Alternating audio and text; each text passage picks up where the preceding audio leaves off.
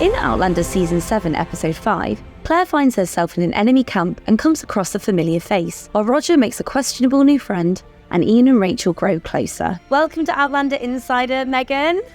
Oh my god, this episode was my favourite of Season 7 so far.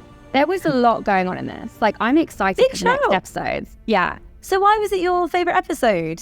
I just think so much was going on. Like, we're getting back into the thick of the action now. Like, once Claire and Jamie left Fraser's Bridge, as much as I love seeing them being, you know, in domestic bliss, we're actually there's so much happening now. Like, and especially with the revolution, they're getting closer and closer. The stakes are getting higher. And I just think everything is, you can see where it's all going to head. Like, we've got William starting to interlink a lot more with Claire and Jamie. I just think the tensions are rising now. Yeah, you're so right. It does sort of feel like now they've been displaced from like their home, there is more going on and it is more exciting. It kind of makes me feel like it's like back in the days of like Season 3, when they were getting ready for the Battle of Culloden, that kind of thing, which is exciting to watch. And I think you've hit the nail on the head with the big thing this episode being a lot about how William has met every member of the Fraser family and indeed most of the Western Hemisphere except Jamie. Like, I can't. It's like watching that Gwyneth Paltrow movie Sliding Doors, like when you're just like, why can these people not meet? Like, it's making me angry. But I like that he's hearing about other people before he meets William.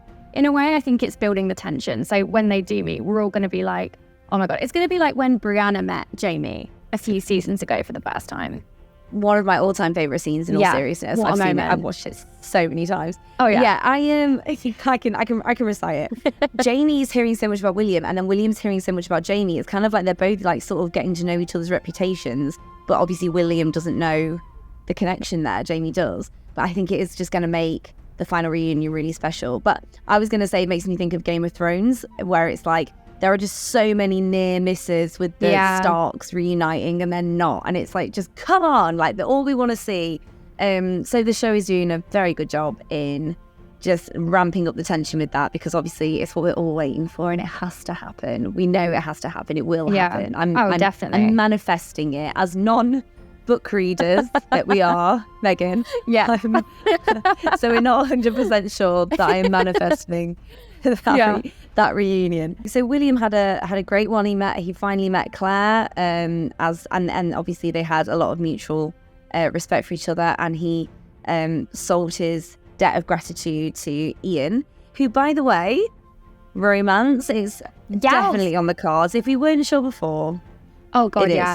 The boy needs some love. Like, he's been through so much heartbreak. I'm really excited. And I think Rachel's such a nice match for him, because just when you thought you couldn't get a more pure soul than young Ian, Rachel is just so pure as well. Like, they're just like such innocent people. Like, we must protect them at all costs.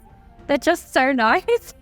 They come in, you know, obviously so late into the whole run of the show, you know, Season 7. And I like, straight away I'm like, these are great characters who like fit really, really well with the Fraser. Like, I can just see them settling in and being a part of it now, which I think surely they're gonna be, because definitely. I think her and Ian are going all the way. Yeah, I mean, Claire and Jamie, they've had like so many allies, if you will, like throughout the series, you know, and now that like Marsley and Fergus have gone and then Bree and Roger have gone, like I think they are going to get to Scotland, even though they're like really torturing me and not letting them go there each episode. Oh yeah, let's do a weekly check-in then. Megan, all Megan wants from the show is for them to be in Scotland, and once again, they even said the line about staying. I'm so desperate. Like, at this point, I don't even care what plot takes part in Scotland. I'm literally just like, get to Scotland. Like, I'm so angry. I mean, at least we've got Brianna and Roger repping Scotland, especially Roger, who...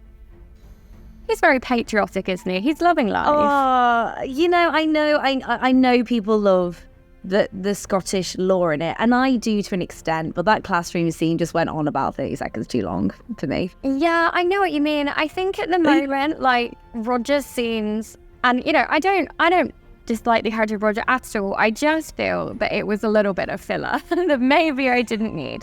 Like, for me, his most exciting scene was kind of catching this mysterious Highlander of his that's been, you know, breaking into Lallybroch.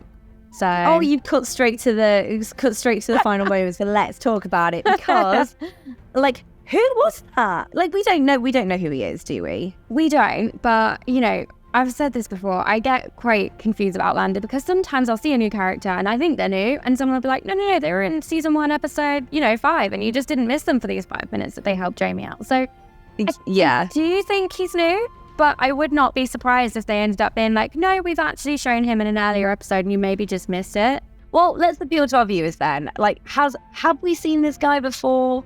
Like, is he a new character? Like, what is the deal with the man that Roger sees in the house? Because, I mean, in the garden of the house, because I am dying to know. And I have some theories, Megan. Okay, who are we thinking? Well, not Clay, but could be anyone. But what I did think was interesting was Brianna talking about how whatever it was she saw in the tunnels wasn't like the classic stones. It was sort of like, it kind of looked like water, but it was the buzzing, and it was like sort of. But then when she ran through, nothing happened.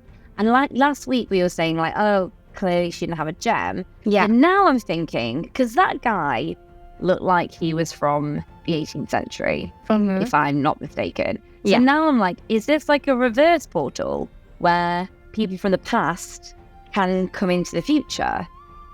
I mean, that would be a very interesting question. And also, because if so, why not? Does that mean that Jamie could come through? That was exactly where I was going. Like, is that what we're going get to do? to Scotland? I don't care what time period they get to Scotland, as long as they get to Scotland. Like, I've had enough. If they ever get to Scotland, Jamie could come through that little water portal. Yeah, exactly. And be with Claire, and then not have the imminent danger all the time of being attacked or wars or like just being pillaged and burgled. Like, that would be great. So big mystery as to who this mysterious character is in the garden. But also in Brianna and Roger's storyline, we saw Roger sort of striking up friendship that I think is going to be a misstep for our Roger, because I don't think that Rob Cameron is up to any good whatsoever. No, I agree. I think our Roger is a little bit naive. I mean, the guy was friends with Stephen Bonnet, for a brief period. And I just don't think he's got a great judge of character. I mean, obviously as a viewer, we're getting like serious villain vibes from this guy. But, it was just the way he pushed it on him. Like, oh, I'm going to come for dinner. Oh, when are you free? I'm free next week. Like, he's seriously got some weird motives. He's obviously got a plan.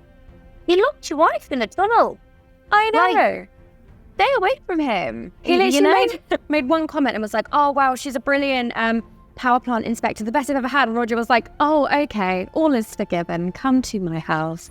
Yeah, like, Roger is a sucker for a compliment. Like, this was to one class about Gaelic, and it's just like he's putty in the man's hands, and I don't think any good's going to come of it. No, and I don't know where it's actually going yet. Like, I don't know what his motive is. The only thing I can think of that Brie and Roger have kind of going for them is obviously that hidden treasure that Jamie and Claire sent to them. But I really don't know how that's going to unfold.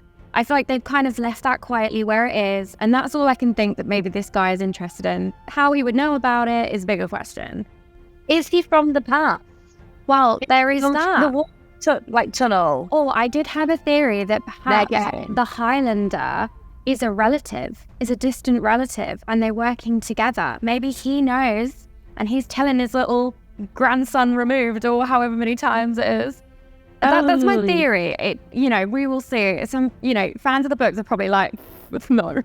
That is such a good theory. I love that theory. That's my theory. You might be completely wrong, but I love the theory. It's fun to speculate. So, one thing that really made me laugh was that once again, Claire was kidnapped by the British. Must be a Tuesday. Right. We've said this before, and I'll say it again. She lives for the drama.